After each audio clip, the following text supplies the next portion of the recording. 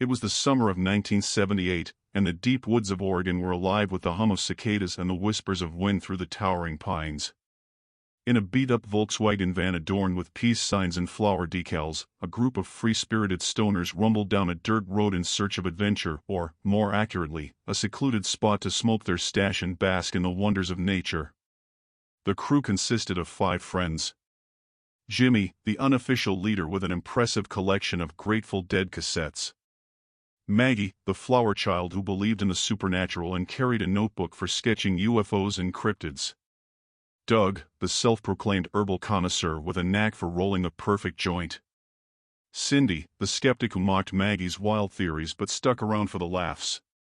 Ralph, the lanky, quiet one who never went anywhere without his guitar. They were bound together by their love of music, marijuana, and avoiding anything resembling responsibility. As the van rolled to a stop in a small clearing, Jimmy killed the engine, and Doug immediately began preparing a joint the size of a small tree branch. The group sprawled out on the grass, passing the joint around while Ralph strummed his guitar.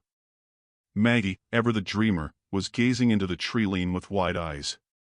"You know, this place feels different," she said, her voice tinged with wonder. Cindy snorted. "What, different like it's haunted?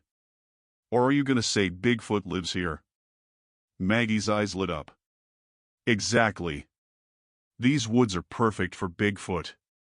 Tons of sightings in Oregon, you know." "Oh, come on," Cindy groaned, taking another puff. "Bigfoot isn't real. It's just a story to scare kids." Before Maggie could reply, Ralph's guitar playing stopped abruptly. He sat up straight, staring into the forest. "Did you hear that?" he asked. The group fell silent, straining their ears. At first, there was nothing but the rustling of leaves. Then, from somewhere deep in the woods, came a sound, a low, guttural growl that sent a chill down their spines. Doug laughed nervously. "It's probably just a bear, right?" "Or Bigfoot," Maggie whispered, clutching her notebook like a shield. Jimmy, always the thrill-seeker, stood up and grabbed a flashlight from the van. "Let's check it out." Cindy threw her hands in the air. "Are you serious? What if it's, I don't know, an axe murderer or something?" "Even better," Jimmy said with a grin, already heading toward the tree line. The others hesitated, but curiosity and perhaps a bit of peer pressure got the better of them. They followed Jimmy into the woods, their flashlight beams cutting through the darkness. The growl came again, louder this time, followed by the unmistakable sound of heavy footsteps crunching through the underbrush. "Okay, that's not a bear," Doug said, his voice shaking. "Bears don't walk like that." Jimmy's grin widened. "What if it's Bigfoot? We'd be famous, man. Imagine the headlines." As they pushed deeper into the woods, Maggie pointed excitedly to a patch of dirt. "Look! Tracks!" The group crowded around to see. Sure enough, there were massive footprints embedded in the soil, each one nearly twice the size of a human foot. "Whoa," Ralph muttered. This can't be real." "It is real," Maggie insisted, snapping a picture with her Polaroid camera. "I told you guys. We're gonna be legends." The growl came again, this time so close that the group froze in place. Cindy clung to Doug's arm. "I don't think we should be here." But Jimmy was undeterred. "Let's follow it." The forest seemed to close in around them as they followed the sounds, the air growing colder with each step. Then, without warning, the creature emerged. It stood at the edge of a clearing, illuminated by the moonlight. It was massive, at least 8 feet tall, with broad shoulders and thick, matted fur that glistened in the dim light. Its eyes, glowing faintly red, locked onto the group. Maggie gasped, her voice trembling with awe. "Bigfoot, it's real." Cindy, on the other hand, screamed. Doug dropped the flashlight, and Ralph nearly tripped over his guitar. Jimmy, ever the impulsive one, grabbed a stick from the ground and brandished it like a sword. "Hey, ugly," he shouted. "Get out of here." The Bigfoot tilted its head, as if confused by Jimmy's bravado. Then it let out a deafening roar, so powerful that it rattled the leaves on the trees. "Jimmy, are you insane?" Maggie hissed. "Don't provoke it."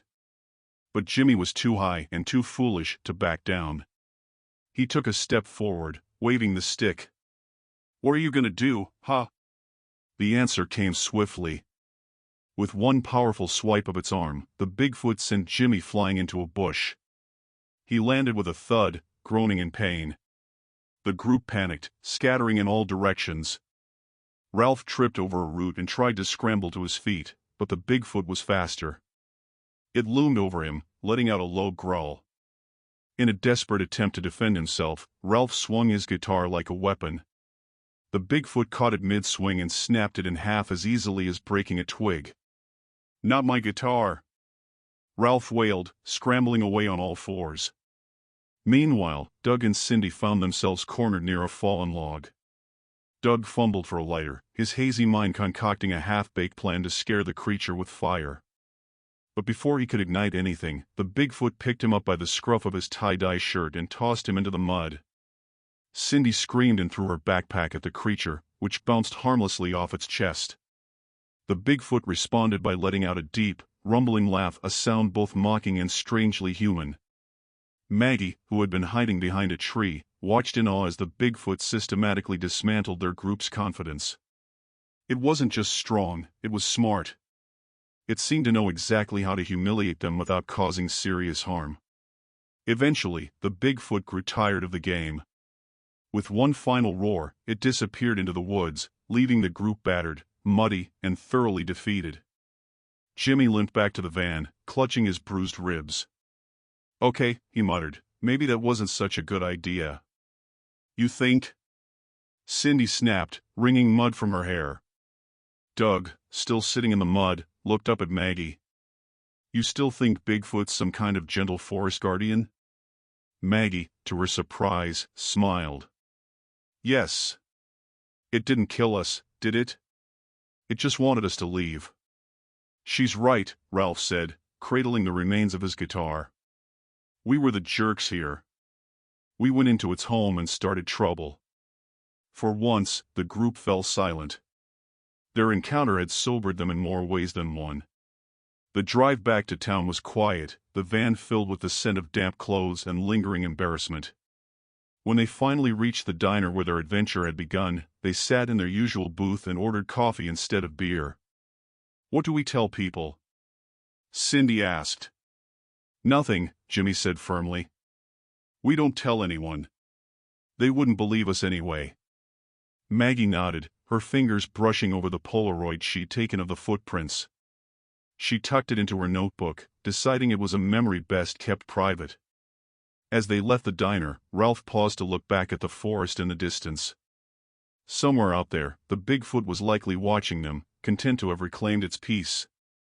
"Next time," Ralph said, "let's stick to camping."